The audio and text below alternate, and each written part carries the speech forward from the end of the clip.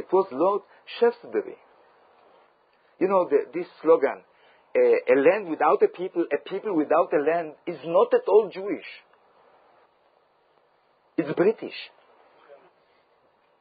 It's British. Sorry? No, it's British. Okay. It's British. There are historians. Sorry. You don't think it's a good idea? This is the reason it's German? No. But by the way, Shaftesbury was the guy that diffused it largely in the audience, in the British audience, British journalism. Maybe he didn't invent the idea. But you know, the evangelists from the 19th century had a lot of influence of political persons in Britain. I will make it shorter. 1917. Lord Balfour, Arthur Balfour, give the declaration, the letter to Rothschild, you know. He sent a letter November 1917 to Rothschild saying a homeland. In that time, we have to remember November 1917, in Palestine, there are 700,000 Arabs, 60,000 of Jews. You have to remember, the Zionist Congress was in 1997. From 1997 till 1917, it's 20 years. Only 30,000 Zionists emigrated to Palestine, because the other 30,000 was anti-Zionist in Jerusalem. Jews that were against the idea of a Jewish state. This is the date of the declaration of the Balfour in 1917. By the way, Balfour, the others, member of the government, of the British government, Lloyd George and others, were pro-Zionist. Clearly pro-Zionist for a lot of reasons. One of the reasons was the background, the ideological religious background. The Jews, it will be good, they will return to Palestine. Secondly, is the interest. It always is going very practical in the British tradition now. You know, the imperialist idea, the ideological idea. About Balfour himself, he was a little bit anti-Semitic. Very tough to the Jewish emigrants that came from the Russian Empire. Very, very tough. He's one of the responsible of the law, anti-immigrant law in Britain against Jews that came from the East. And I asked myself, writing the book, if he saw, you know, in Israel, Balfour is considered the second Moses. A second Moses, really. There is a street, by the way, there is a street after Balfour, and not after a lot of other things, that it's very surprising that they don't have, streets in Israel. But Balfour, there is even a village that after the name of Balfour. He was an anti-Semitic. We have evidence that, he didn't like the Jews. And he was afraid from this emigration. And he's one of the responsible of the law against the Jewish emigration to Britain. But this is not so important. The departure point of the existence of Zionism in Israel is not the Balfour Declaration.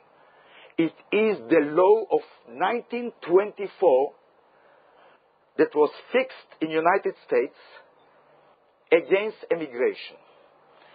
If you want to understand the date of the birth of the idea of an Israeli state, it's first of all 1924. Till 1924, more or less 3 million of immigrants from the East went to the West, coming to the United States from New York, from Montreal till Buenos Aires. In the same time, it was something like, 60,000 that went to Palestine. After the law of 24, we can see much more emigration to Palestine, especially in the 30s, the German Jews that were kicked out because of the Nazism. I followed all these steps. I tried to understand the place of the land of Israel and also the word, the concept. The land of Israel is not a biblical concept at all. It's a Talmudic religious concept. It's not a geopolitical concept at all. Only Zionism took this concept and built of it a notion of a homeland or national territory. Now, not to be too long, I will stress one thing. The notion of the land of Israel, the notion of the historical right of the Jews on the land. By the way, in my point of view, it's a crazy notion. After 2,000 years, to have a historical notion, right, it's unbelievable. You can imagine it? If we will try to fix the world after the historical rights of people on lands, we have to support the Serb when they try to destroy the Kosovar. It's not 2,000 years, it's 200 years. There were people with the Serb dialect that were living in Kosovo. Then if the Jews has a right on the land, why the Serbs don't have a right on Kosovo? Why the Arabs has not a right on Spain? And we can continue till Manhattan. Why the Indians will have not a right to kick out all the white and black people in Manhattan? It's not 2,000 years. And maybe you will start to think about kicking out the Normans from here. There is, it's a crazy thing, the notion of historical right.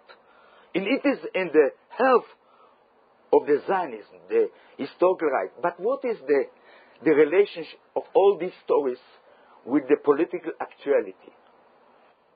What is the reason the Zionists left nice people? I imagine that you heard Amos Oz. You know who is Amos Oz. Aleph Bet Yeshua. The second one is a friend. You see, there are nice people that are against the occupation of the occupied territories.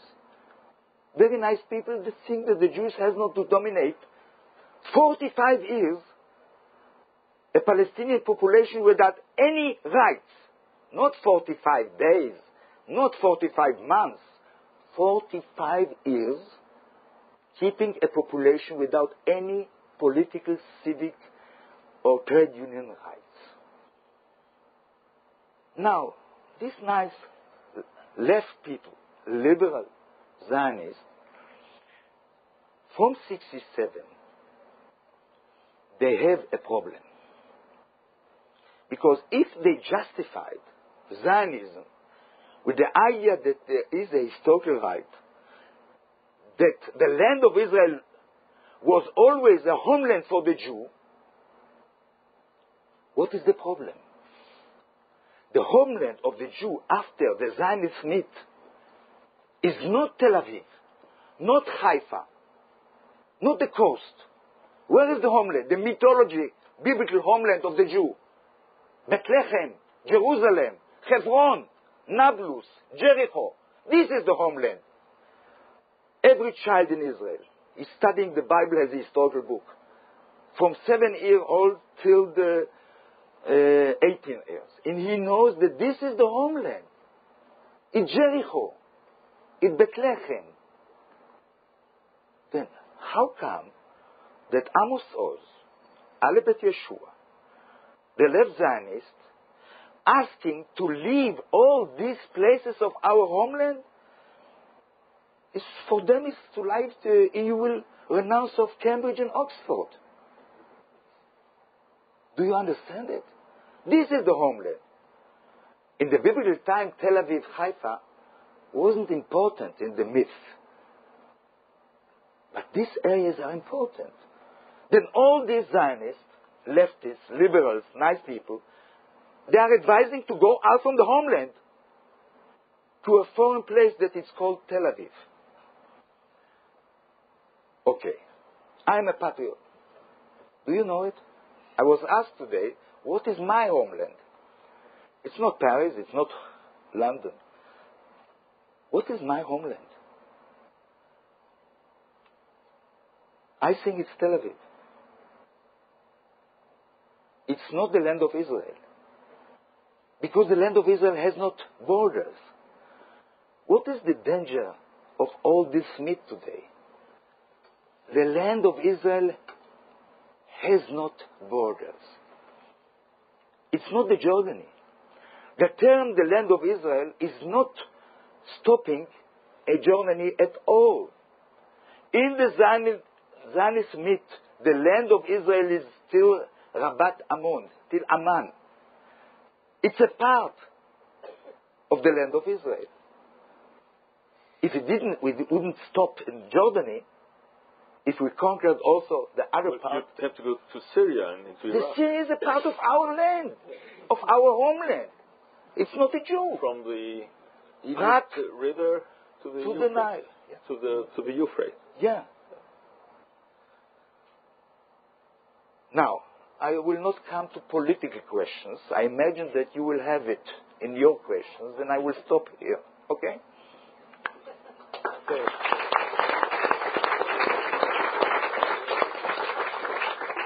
Well, thank you very much indeed for that. And I think we'll now open the meeting to questions.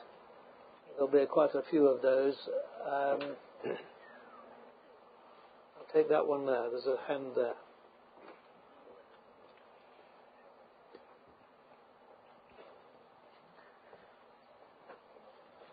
Shlomo, you said that the land of Israel was not delineated in the Bible. There's no mention of Israel in the Bible.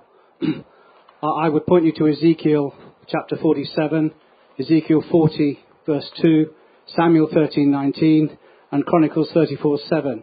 Israel is mentioned several times in the Bible. And how many? So is Judah. Now, I didn't interrupt you. Don't interrupt me, Shlomo. Okay. Excuse me, could people identify them? Jonathan Hoffman. Thank you.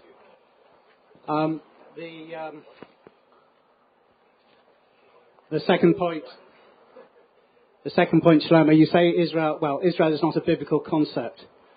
Unfortunately, you've written yet another book which shows you're an academic fraud. You cherry-pick sources that you pretend proves your point. You even take them out of context when it suits you.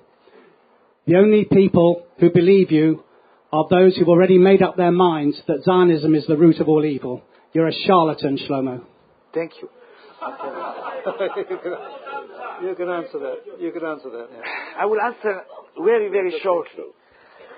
You know, we are lucky today, because of the internet, to have search machine. How we say it in a search machine? Search engine. You know, the Bible is online. You know it? Also the New Testament. Don't be afraid.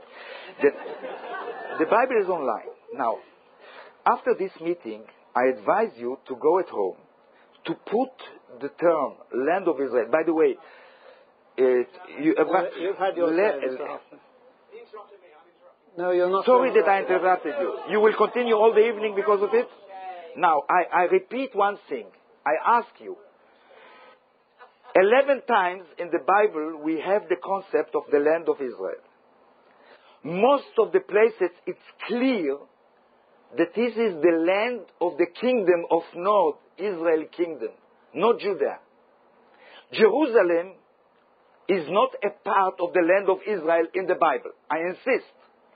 There is sentence that it's not clear, but there is others in the 11th sentence that mention the term land of Israel. It's clear that Jerusalem is not a part of the land of Israel. Because the land of Israel, because it wasn't a concept of land of Israel. Now, if 11 times you can find the land of Israel, you will find more than 50 times the term land of Canaan has a term of this place. Now you can find there 25 times, I think. Don't catch me with numbers, of the land of Judah, but not the land of Israel.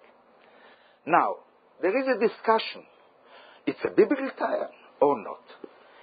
Now, do you know the names of Joseph Flavius, the great historian, Jewish historian, that were living after the Bible?